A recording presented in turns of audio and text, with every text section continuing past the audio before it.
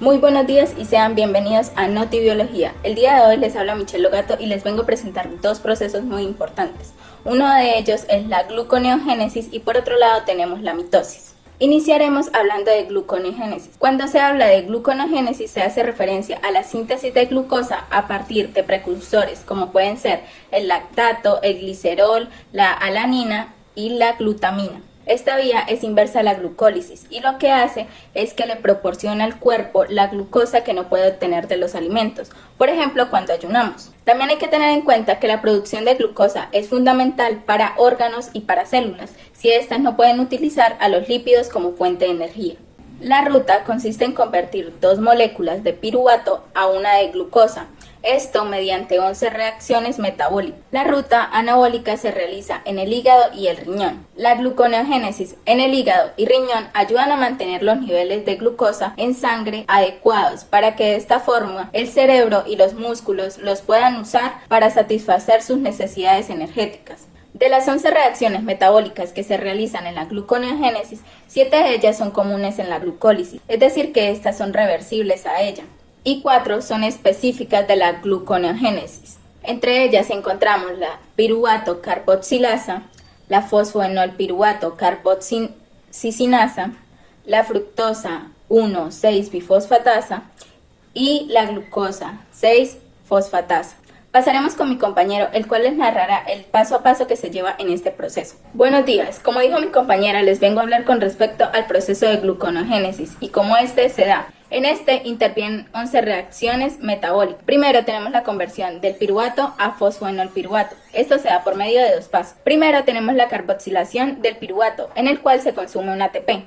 Por otro lado tenemos la descarboxilación y fosforilación del oxalacetato, en el cual se consume un GTP. La carboxilación del piruvato. Esta se realiza en la matriz mitocondrial. El piruvato se carboxila a oxalacetato a través del piruvato carboxilasa, lo cual requiere una molécula de ATP. El piruvato carboxilasa es estimulada por altas cantidades de acetilcoenzima A, la cual es inhibida por ADP y glucosa. Por otro lado tenemos el transporte del oxalacetato al citosol y la conversión a fosfoenolpiruvato. En esta interviene la piruvato carboxilasa, la cual es una enzima mitocondrial, mientras que el resto de enzimas que intervienen en la gluconeogénesis son citosólicas. Se debe transportar el oxalacetato producido fuera de la mitocondria. Para esto, el oxalacetato se reduce a malato por medio de una malato deshidrogenasa mitocondrial ligada a una NAD reducida. El malato es transportado al citosol por medio de un sistema lanzadera. El malato aspartato. Una vez este se encuentra en el citosol, el malato es reoxidado a oxalacetato por medio del malato deshidrogenasa citosólico ligado a una NAD. El oxalacetato es descarboxilado y fosforilado a fosfoenolpiruvato por medio del fosfoenolpiruvato carboxiquinasa. Allí se da la hidrólisis del GTP y se libera el CO2. Para esto el fosfoenolpiruvato carboxiquinasa requiere una molécula de GTP, o sea de guanín trifosfato. De allí pasa de fosfoenolpiruvato a 2-fosfoglicerato por medio de una ruptura no hidrolítica. De 2-fosfoglicerato a 3-fosfoglicerato se da por medio de una isomeración y un arreglo. De 3-fosfoglicerato a 1,3-bifosfoglicerato se da por medio de una reacción de fosforilación. De 1,3-bifosfoglicerato a gliceraldehído 3-fosfato, el NAD reducido que salió de la producción de oxidación citosólica del malato es utilizado durante esta reacción. De gliceraldehído 3-fosfato a fructosa 1,6-bifosfato se deben realizar tres pasos. Primero, el gliceraldehído 3-fosfato se isomeriza a dihidroxiacetona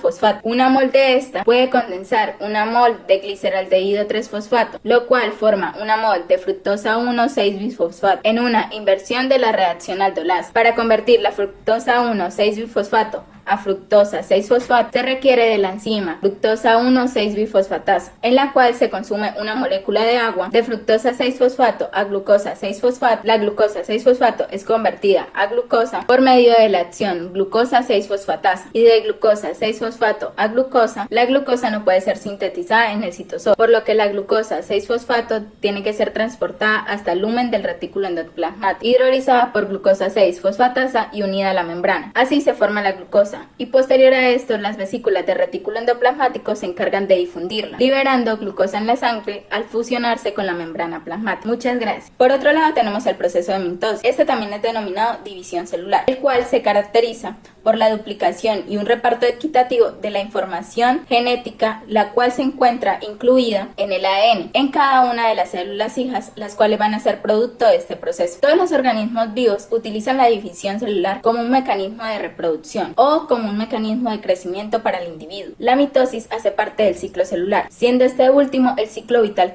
y fundamental para la reproducción asexual de todas las células que conforman un organismo. El ciclo celular se divide en dos fases, la interfase y la fase M o fase mitótica. La interfase es el proceso mediante el cual se produce la duplicación del material genético, y la fase M o fase mitótica se divide en dos, la mitosis y la citocinesis. La mitosis es la división del núcleo, también denominada cariocinesis, y la citocinesis es la división del citoplasma. Las fases de la mitosis se dividen en 5, las cuales son la profase, la prometafase, la metafase, la anafase y la telofase. A continuación, mi compañera les hablará más acerca de estas fases.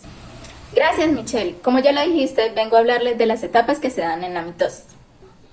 En primer lugar, tenemos la profase, que viene siendo la transición de la interfase a la mitosis, denominada profase.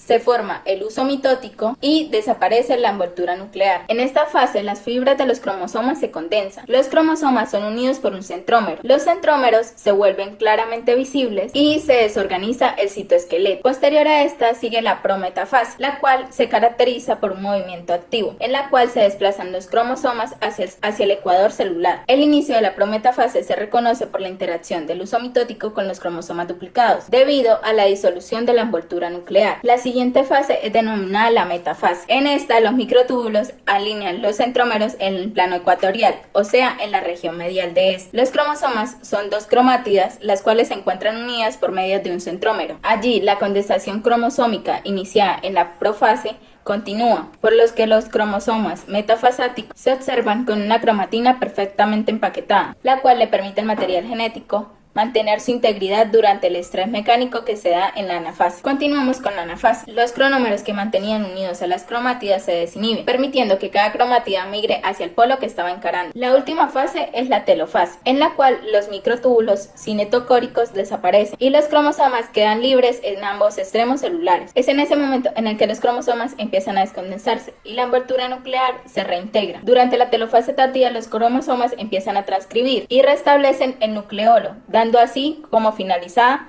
la mitosis. Y esto fue todo por hoy. Espero que hayan aprendido mucho acerca de la gluconeogénesis y la mitosis. Los espero en una próxima edición.